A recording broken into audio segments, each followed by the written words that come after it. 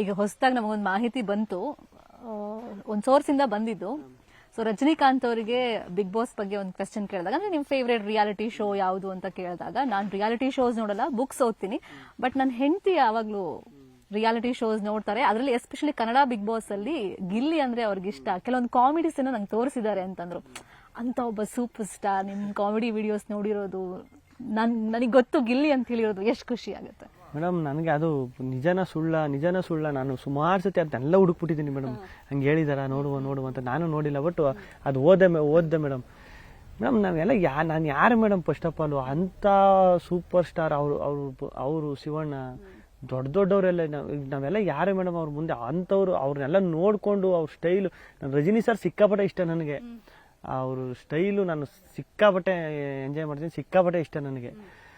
ಅವರು ನನ್ನ ಇಮ್ಯಾಜಿನೇಷನ್ ಅದು ತಾಟು ಬರೋದಿಲ್ಲ ನೋಡ್ರಿ. ನಾನು ಇವ್ರಿ ರಜನಿ ಸರ್ ಈಗ ನಾನು ಏನಾರ ಒಂದು 4-5 ಸಿನಿಮಾ ಮಾಡಿ ಅದೇನಾರ ದೊಡ್ಡಿಟ್ಟಾಗಿ ಅದು ನೋಡಿ ಒಂದು ರಿಯಾಲಿಟಿ ಶೋ, ಆ ರಿಯಾಲಿಟಿ ಶೋ ಅಷ್ಟು ಹೆಸರು ತಂದು ಕೊಡ್ತದೆ, ಅಲ್ಲಿವರೆಗೂ ರೀಚ್ ಆಯ್ತದೆ ಅಂದ್ರೆ ಅದು ನಾನು ಈಗಲೂ ನಾನು ಹುಡುಕ್ತಾನೆ ಇರ್ತೀನಿ ಮೇಡಮ್. ರಜನಿ ಸರ್ ಹಂಗೆ ರಜನಿ ಸರ್ ಮಾತಾಡಿದಾರ ಅಂತ. ನನ್ನ ಪುಣ್ಯ ಮೇಡಮ್.